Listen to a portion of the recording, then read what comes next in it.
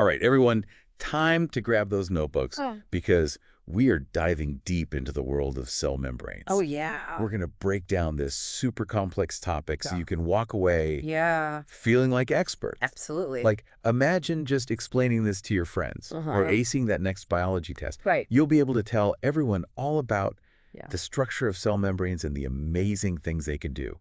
It's easy to just think of cell membranes as like simple barriers, but they're so dynamic. Right. They play a critical role in pretty much every single thing a cell does. Okay, so let's unpack the basics. Okay.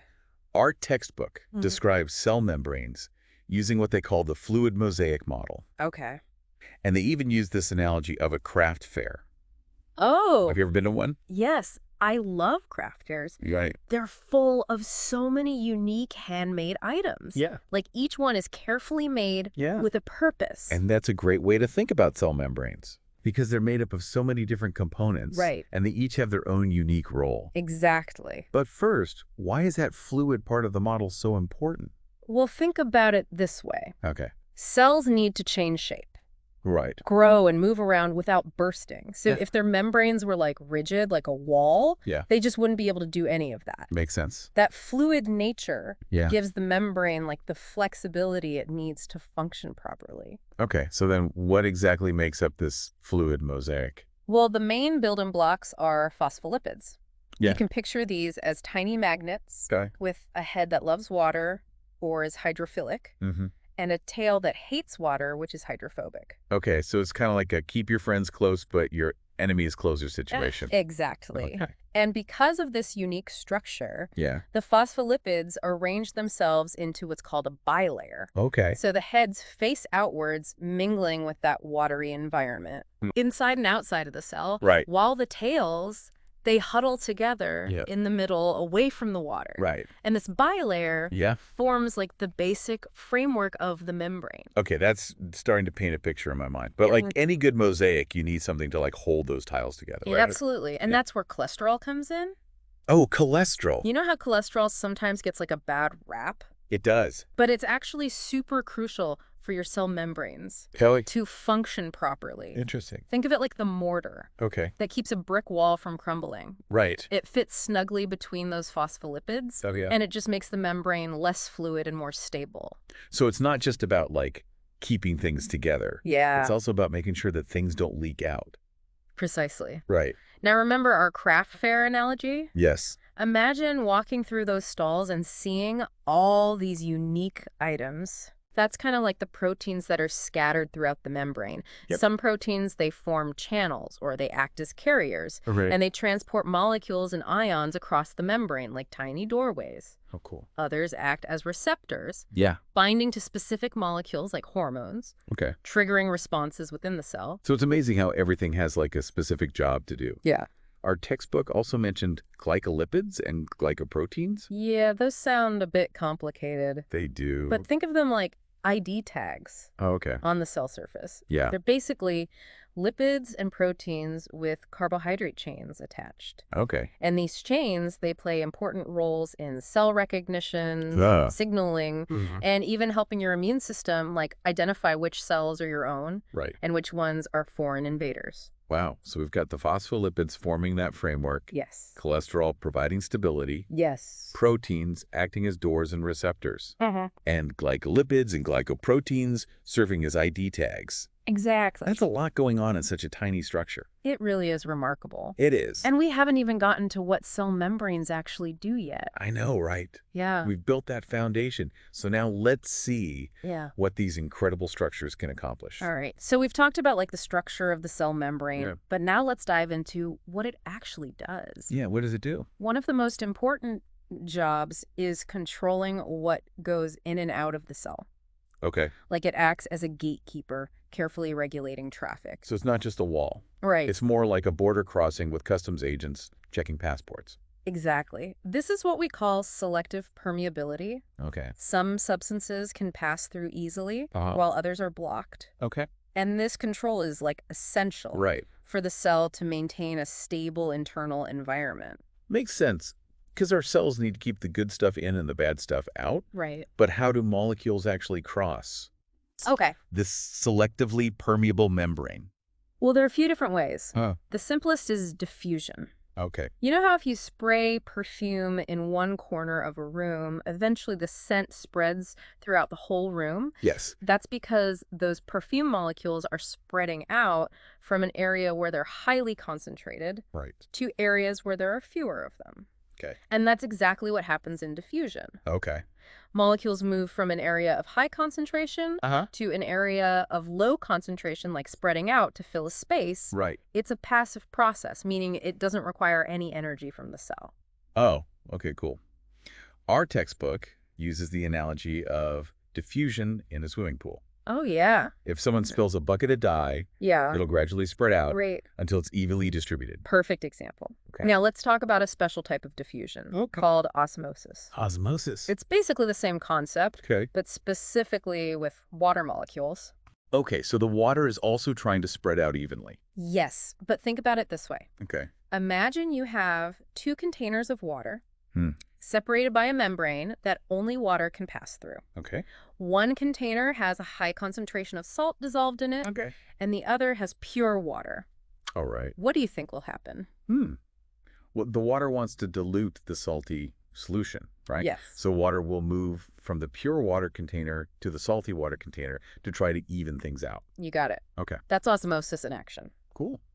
Water moves from a region of high water concentration or low solute concentration Right.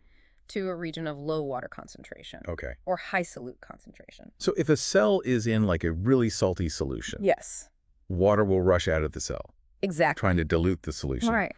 And if a cell is in pure water, water will rush into the cell. Exactly. That's why it's so important for cells to regulate their water balance. Right. Because too much water rushing in or out can damage the cell. Right.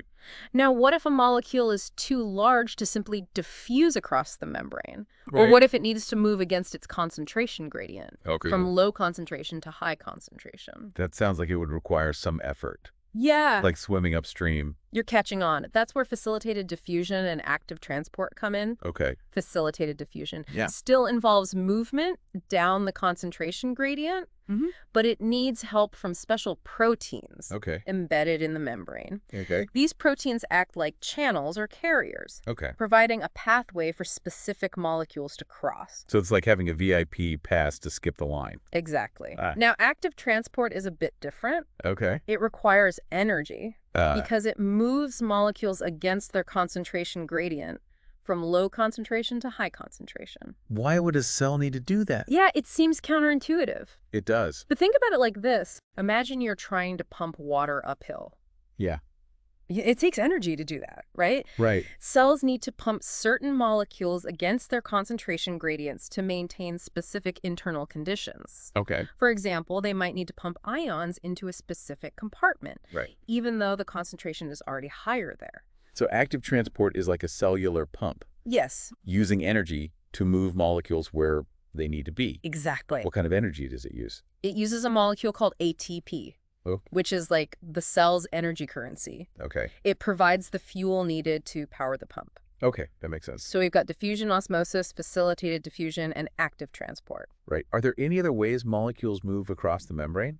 There are 2 more processes we need to talk about. Okay. Endocytosis and exocytosis. Okay. These involve moving large molecules, or even particles, across the membrane by engulfing them in vesicles. Vesicles. Yes, think of them as little packages. Like tiny bubbles. Yes. Okay. Endocytosis brings substances into the cell. Okay. The cell membrane folds inward, engulfing the substance Okay. and forming a vesicle that pinches off Right.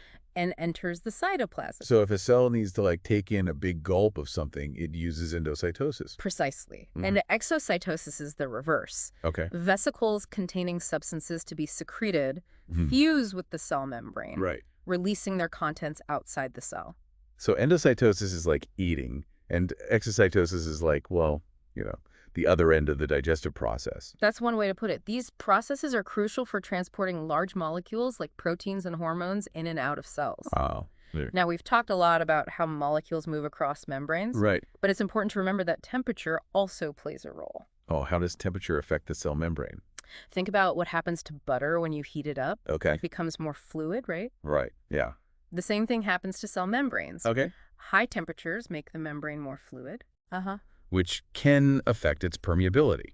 So if the membrane becomes too fluid, things might leak out that shouldn't.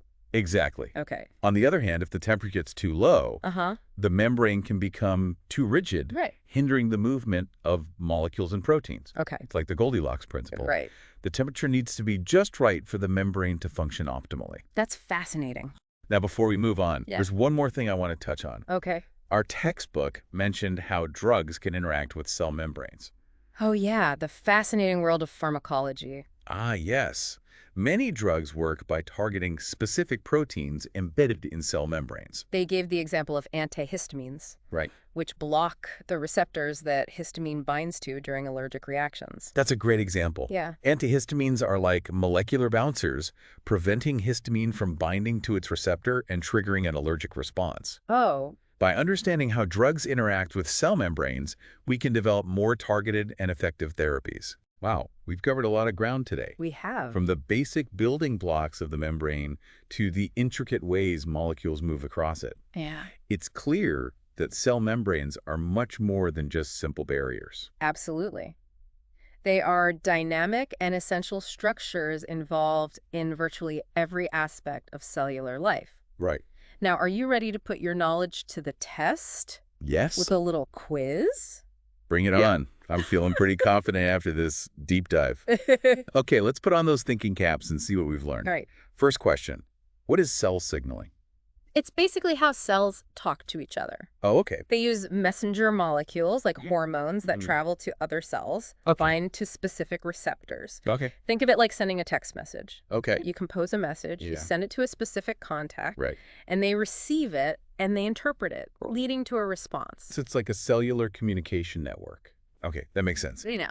Now let's tackle some exam-style questions. Okay. Okay, this first one is about nicotine. Okay. Nicotine has an effect on nerve cells, but not on other types of cells in the body. Right.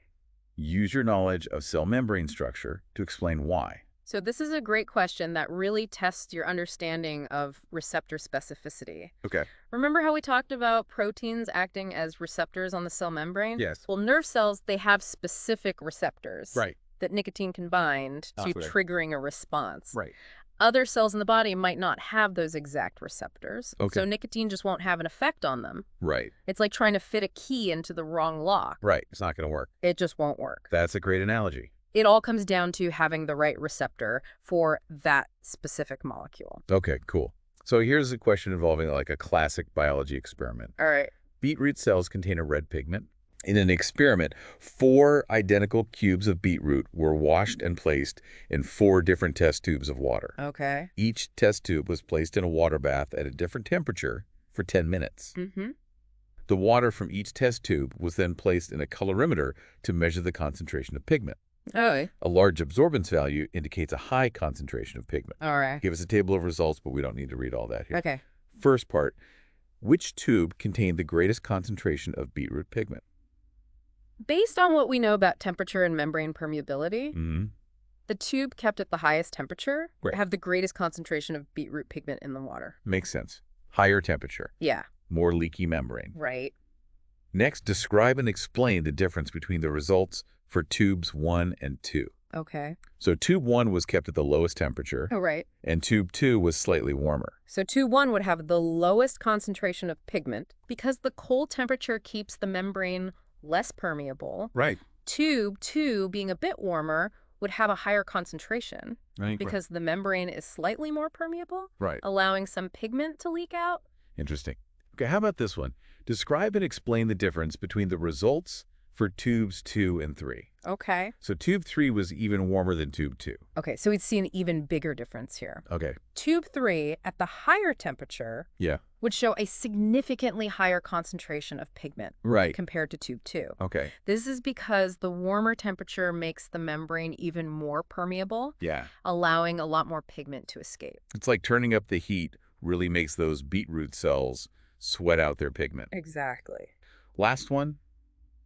The experiment was repeated with a test tube placed in the freezer for 10 minutes. Okay. The test tube was left to thaw before the absorbance reading was taken. Right. Suggest whether the absorbance reading would have been high or low, and explain your answer.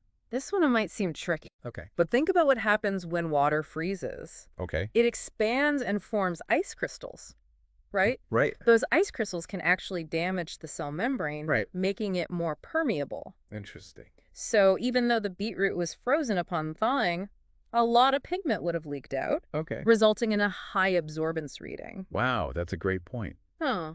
I hadn't even thought about the damage freezing can cause. Yeah. So after this deep dive into the world of cell membranes, Mhm. what are some of the key takeaways you hope I'll remember? I would say remember that cell membranes are dynamic fluid structures Right. that are just vital for life. Yeah. They maintain the cell's integrity, they regulate what goes in and out, they help cells communicate, and they even play a role in how drugs work. It's incredible how much is happening at this microscopic level. Yeah, I know. I definitely won't be taking cell membranes for granted anymore. Me neither. One last thought-provoking question before we wrap up. Okay. We learned how cells use signaling to communicate. What if we could eavesdrop on those conversations? What secrets could we unlock about how our bodies work? Yeah. Or even how diseases develop? Right. That's something to ponder, isn't it? Absolutely. The possibilities are endless when you think about the complexity and interconnectedness of cellular communication. Well, thanks for taking this deep dive with me. I feel like I've learned so much about these amazing structures. Of course, my pleasure. Until next time, keep exploring the fascinating world around us.